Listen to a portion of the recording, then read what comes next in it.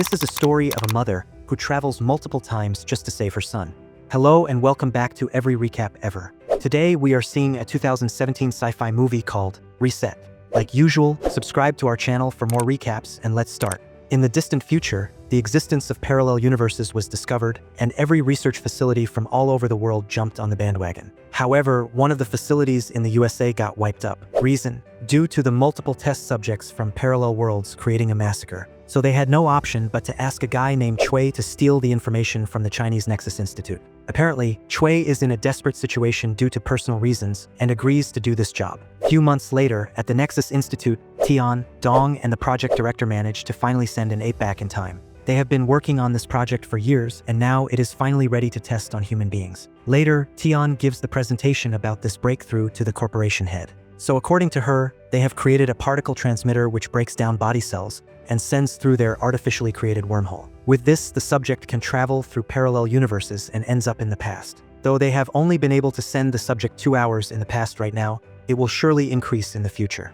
After the presentation, Tian gets ready to leave for her home. However, someone suddenly comes up to her car and asks her to stop the research. The next second, he loses his life. This puts an impact on her mentally. She gives her statement to the officials and comes to her home. She has a small son named Dudu. It's been a few years since she lost her husband, so her entire world is now her son. The next day, Tian goes to the institute like usual and talks about the project with her assistant, Ziyang. Meanwhile, the security head of the corporation sneaks some men into the underground maintenance room and installs bombs. The director then comes to meet Tian and they talk about her moving on in life. He feels she should find someone who can take care of Dudu. Later, the director gives her a toy watch for her son. Suddenly, Dong calls everyone in the lab and tells them about a newly discovered error. Apparently, the ape they received developed a complication in the DNA. Although it's 0.3% error, it can lead to aggressive behavior and even death. So they have no option but to stop the human testing before they resolve this issue. Later, Tian gets a video call from her son. During the call, the screen suddenly goes blank and she hears her son scream. She gets worried and quickly leaves to her house. However, a random car intentionally starts bumping her car. Her car then gets pushed inside a container truck. She is unable to get out because of the door being stuck. Chui along with his men comes and asks her to get the research data.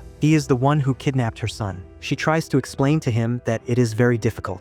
She needs Dong's, director's, and her eye scan just to enter the room. Chui gives her 1 hour to figure out a way and get the data. She quickly heads towards the facility and calls Dong. She asks her to stay at the facility for urgent reasons. However, when she reaches his lab, she finds him dead. His eye comes rolling to her, which is stored in a container. Chui then calls her to ask if she liked his gift or not. Yeah, he is the one whom unalived him through his security guard spy. Tian is disoriented seeing her colleague dead, but she still grabs his eye container and runs to the director. She makes an excuse to see the research data and gets him to scan his eye. She then uses Dong's eye and her eye to open the door. Tian then quickly starts copying the data from the system. However, someone finds Dong's body and the entire facility gets shut down. The officials start questioning everyone and Tian becomes the prime suspect. Ziyang comes to check the main room and finds Tian. She explains her situation to him and takes the copied data. Ziyang tries to hide her from the officials and she escapes from the air ducts. Tian ends up in a trash management area where she barely secures the data capsule from being destroyed. After all these struggles, she finally manages to get to the promised location within time. Chui checks the data and gives her son back. However, he presses a button, and the previously installed bombs in the facility explodes. He even unalives her son and kidnaps Tian. Yeah, apparently his order was to destroy everything and bring Tian with them for completing the research. Tian is in shock from her son's death. However, she escapes from their clutches. She can't let go of her son and decides to use the time machine. At the facility, bottom floor has been completely devastated. She somehow gets to the main room of the time machine. Ziyang is still there and he tries to stop her from entering the time machine. However, she can't lose her only hope. She asks him to start the machine and stands in the center. Suddenly, she falls through the wormhole and her body starts deconstructing. 2 hours in the past, Ziyang, who is running some checks, sees the machine automatically starting. He sees Tian from the future appearing before him. He is shocked to see her, but she explains the situation to him. She then sees the Dong getting unalived by the security spy. Tian from this parallel world comes to the facility and the same scene repeats. However, this time, future Tian makes her unconscious and takes her place. She asks Ziyang to hide her present self somewhere. She quickly grabs the data module from the machine and realizes that the spy is keeping an eye on her. She then ambushes him with the help of Ziyang and takes his gun. Like before, someone finds Dong's body, but this time Tian doesn't become the suspect. Xiang comes and tells everyone about the bomb situation in the facility.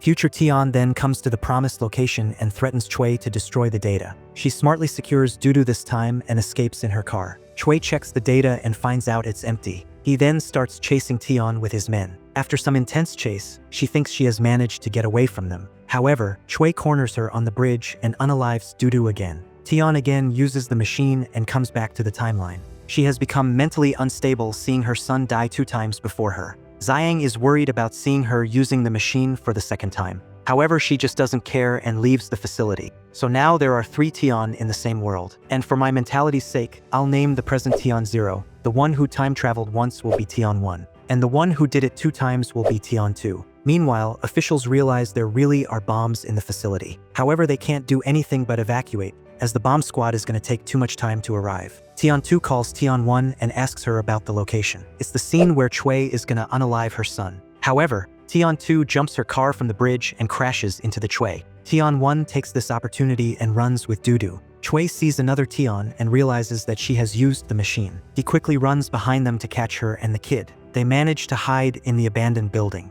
She is happy to see him safe and gives him the watch that the director gave her. She thinks seeing his favorite superhero will comfort him. However, Dudu tells her that the character on the watch is different. She finds it suspicious and opens the watch to find the tracker. Tian 1 finally realizes who is the enemy from the facility. Meanwhile, at the facility, Tian from this timeline wakes up. Xiang tells her about the other 2 Tian situations and reassures her about Dudu. Director quickly asks her to come with him and save the data, as the building is going to explode soon. Chui then comes to the abandoned building, but Tian 1 somehow ambushes him. After some running and hiding, he manages to corner her. However, Tian 2 shoots him and distracts him. He tries to take Tian 1 as hostage, but she doesn't care even if one dies, as there are 2 more Tians in the timeline. He has no option left but to run away from the building. He asks his men to take care of them. Tian 1 then tells 2 about the director being involved in this. 2 comes up with a plan and asks her to take Dudu to safety, while she takes care of the bad guys. Tian 1 sees Dudu in a bad condition. She sneaks out from the building and takes him to the hospital. She immediately calls Xiang and tells about director being the bad guy.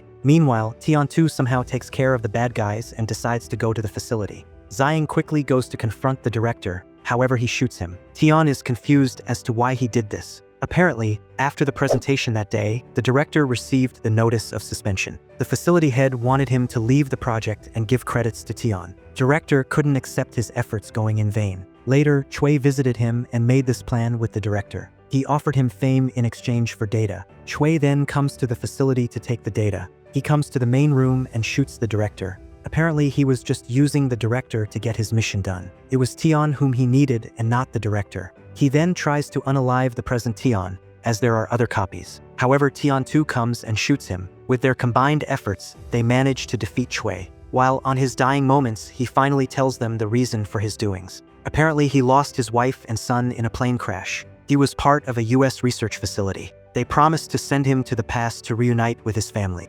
However, the human experiment failed, and multiple people from other timelines massacred each other. So the facility asked him to steal data from Nexus. Meanwhile, Tian 1, who's in the hospital, sees weird marks appearing on her body. She remembers Dong's words of 0.3% error in the DNA and realizes that she doesn't have much time left. After Chui's death, Tian 2 tries to unalive the present Tian. She can't accept multiple Tian being in the same timeline and prefers herself as the superior one. However, Tian 1 comes to her and explains about the DNA error. According to her, they are going to die any moment and her aggressive behavior is because of this error only. Tian 2 is not ready to accept the outcome, and they point guns at each other. They shoot each other and 2 dies. Tian 1 then quickly asks the present Tian to get to the hospital. She somehow escapes the facility and even rescues Xiang with her. Suddenly, the bombs explode and everything starts crashing. Dudu wakes up in the hospital and calls his mom. Tian 1, who is ready to die, stands in the center of the time machine. She receives the call from Dudu and bursts into tears. She tells him not to cry and to grow up to be a good man. Suddenly, she falls into the artificial wormhole. While holding onto the memories of Dudu and tears in her eyes, her body vanishes in the wormhole. While on the other side, the present Tian gets to the hospital and finally reunites with Dudu. The end. So there you have it. I hope you must have enjoyed today's recap. Show your support by dropping a like and we will see you in the next video. See ya.